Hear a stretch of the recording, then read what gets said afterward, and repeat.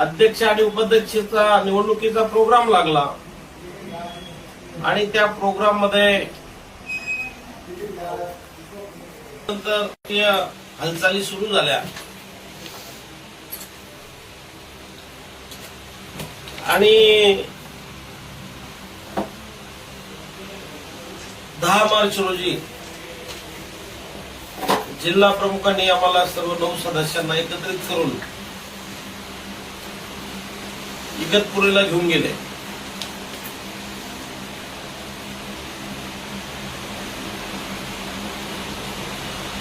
दहा मार्च ते मार्चच्या दरम्यान जवळपास 4-5 ठिकाणी मग इगतपुरी नंतर ठाणे, नवी मुंबई, नंतर कर्जत नंतर गोवा अशा ठिकाणी जिल्हा प्रमुखांच्या नेतृत्वाखाली आम्हाला नेण्यात आलं. जिल्हा प्रमुखांचे बंधू आमच्या सोबत होते आणि अनेक सुरक्षा रक्षक आपण ज्याला बॉडीगार्ड त्या ठिकाणी ठेवले गेले आणि आमच्या सर्वांचे मोबाईल त्या ठिकाणी आमच्याकडनं बळजबरीने घेण्यात आले. आम्हाला कोणाशी संवाद साधायचा नाही अशा प्रकारच्या सूचना त्यांनी या ठिकाणी सूचनावजा आदेश दिले आणि आमचा परस्पर सौदा जिल्हा प्रमुखांनी त्या ठिकाणी केला. ही बाब आमच्या सगळ्या सदस्यांच्या लक्षात आली की ज्या उद्धवजींनी आपल्याला पक्षामध्ये कुठल्याही भारतीय जनता पार्टी किंवा शिवसेनेला मदत करायची नाही किंवा मतदान करायचं नाही असा आदेश दिलेला असताना सुद्धा जिल्हा प्रमुख वेगळी भूमिका घेत आहेत. हे जेव्हा लक्षात आलं आणि आमचा संपर्क त्यांनी तोडला त्यावेळेला मी गोव्याला गेल्यानंतर गोव्यावरून मी आणि आमच्या सोबत असलेल्या सदस्य ललिता सुरेश सोनवणे जी काय ज्यांची गरुड झेप अकॅडमी आहे आम्ही त्यांच्या कस्टडीतून बाहेर पडलो. 17 तारखेला बाहेर पडल्यानंतर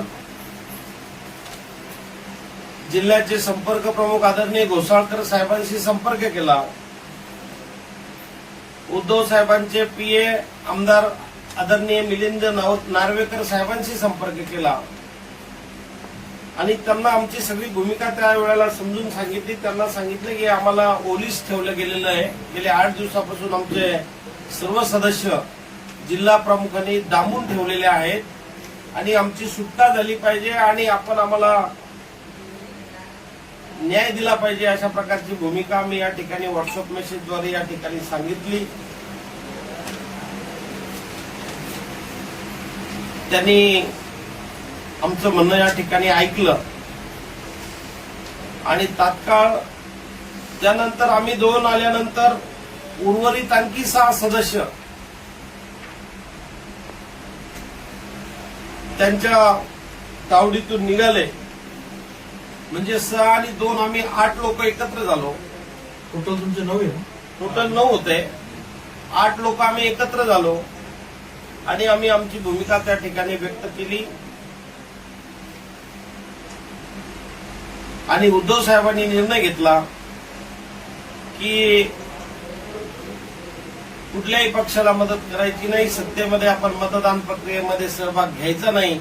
आमच्या विनंतीनुसार माननीय उद्धव साहेबांनी आदेश पारित केला आणि मतदान प्रक्रियेपासून तटस्थ राहण्याचे आदेश दिले. त्यामुळे आम्ही निवडणूक प्रक्रियेमध्ये भाग घेतला नाही.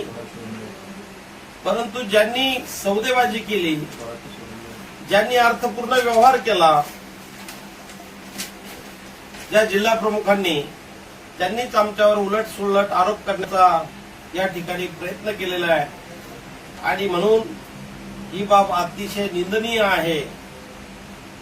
ज्या लोकांनी आम्हाला निवडून दिलं त्यांची दिशाभूल करण्याचा हा त्यांचा केविलपणा प्रयत्न या ठिकाणी आहे.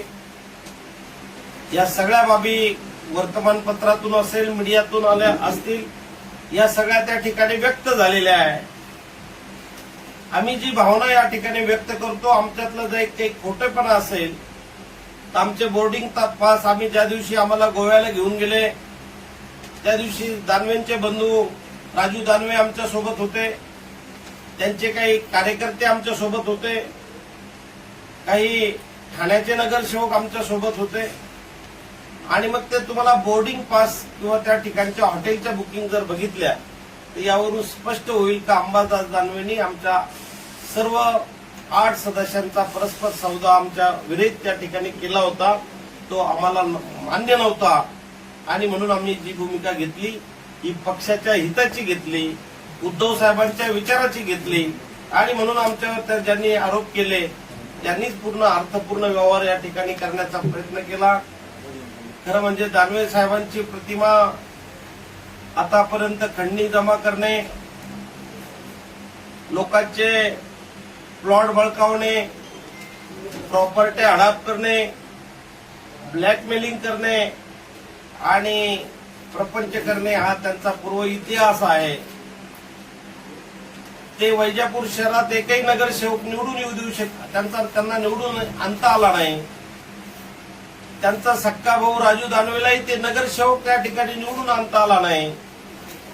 परंतु आम्ही समाजकारणातले लोकांमध्ये निवडून आलेले 30-30 हजार लोकांमधून निवडून आलेले आम्ही पदाधिकारी, जिल्हा परिषद सदस्य झालो आणि आमच्यावर या ठिकाणी स्वतःचं पाप झाकण्यासाठी त्यांनी आमच्यावर आरोप केलेले ते बिनबुडाचे आणि खोटाडे आहेत. अशा प्रकारची भावना भूमिका या निमित्तानं मी व्यक्त करतो.